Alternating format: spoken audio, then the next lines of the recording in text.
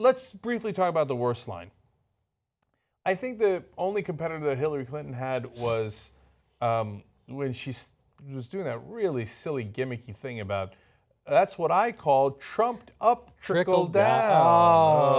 Oh, that was the moment when Joni and Chachi walk on stage. You like that? Yeah. And by the way, this is awesome. That's the best line of our coverage, so we'll see you guys later. No, because you don't say that. You've never said that. You guys obviously came that up. Ever. That's the first time you've ever said it. Ever. So you guys obviously came up with that in debate practice and snickered about it and thought that'd be a zinger. Boy, did it fall flat. I bet when she said it, the two Yale-educated guys who did it for her were like, Yeah. high five, dude, she said it. Yeah. That did not work. But then almost all of the other candidates for terrible lines are Donald Trump. There's, when he's talking about cybersecurity, the cyber. What is the cyber? The cyber. The cyber. Okay, we have to figure out what's going on with the cyber. Like the Facebook. Yeah. And, The cyber pass, isn't that what he was talking about? The internets. and the nuclear. Sure. What's our situation with the nuclear is a mess. Okay. Look, in all fairness, nuclear weapons are incredibly dangerous. But what I found surprising is that 97% of the Earth's scientists say that, you know, the Earth is in danger if we don't do something, and that really wasn't addressed at all. Although I did like that she mentioned climate change a couple times, although she didn't say she was going to ban fracking and move off hydrocarbons, which is unfortunately what we need to do. Yep. All right, let me go to video 4 and then 5 here, because this is candidate for among the worst lines of the night. Let's watch. We have a situation where we have our inner cities, African Americans, Hispanics, are living in hell because it's so dangerous. You walk down the street, you get shot. Oh, yeah. If you're trying to get black votes in America, you don't say the inner cities is like living in hell.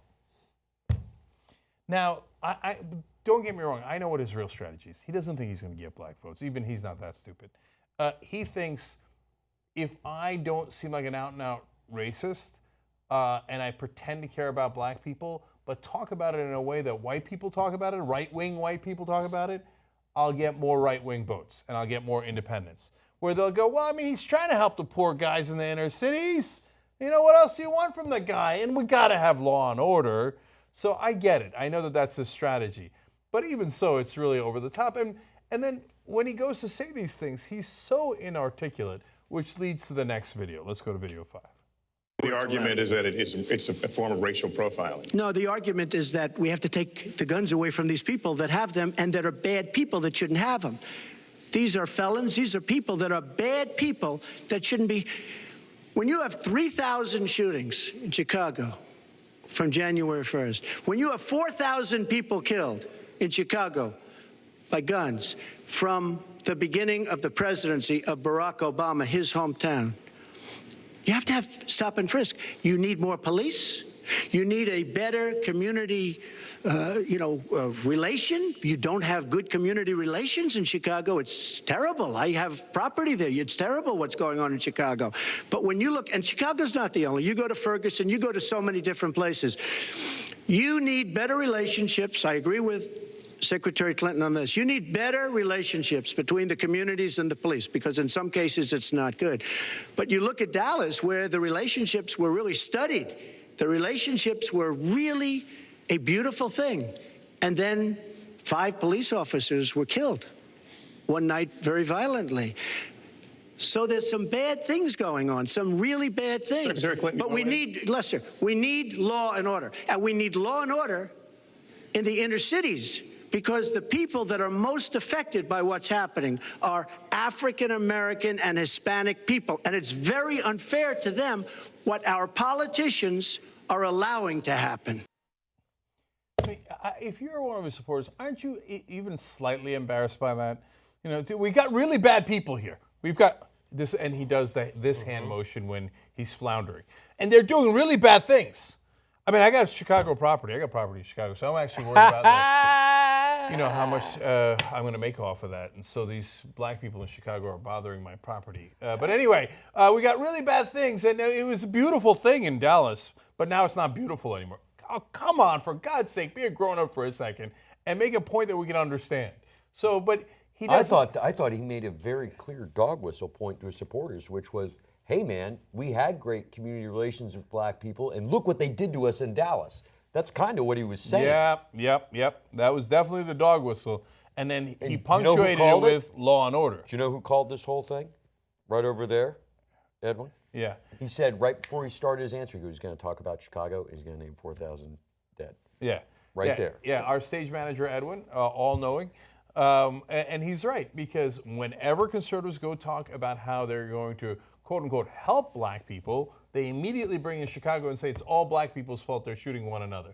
The way that we would help them is if we did law and order, stop and frisk, and crush them. So that, they don't view that as very helpful. So, look, if he is successful in getting more right-wing and independent votes that way, I get it, and it's a fine strategy. But even doing that, there's a more artful way to do it than, really bad people doing really bad things. Yeah, you know all the bad black people and brown people in New York that were doing bad things. That's why we stopped and frisked 5 million black people, guys. There are more black guys than live in New York City. Actually, that's how many bad people there are. There's 5 million bad black guys. Yeah. 5 million. So, yeah, that's a loser, that strategy. But what he should have done was turn it around and say, you know, I get criticized for from Hillary Clinton for advocating stop and frisk. She had Michael Bloomberg on her stage, who actually implemented stop and frisk in the biggest city in the country. So I'm only suggesting it as a solution. She's actually hanging out with someone who implemented it, a fascist billionaire. How about that? So the thing is weird because he promises that on day one he's going to get rid of gun-free zones. And then I guess on day 2, I saw someone tweet this on day 2, he's going to start taking guns away from black people. That's his game. Okay, gun-free zone to him. Day 2, we start taking guns away from the blacks and the browns. That's really his plan.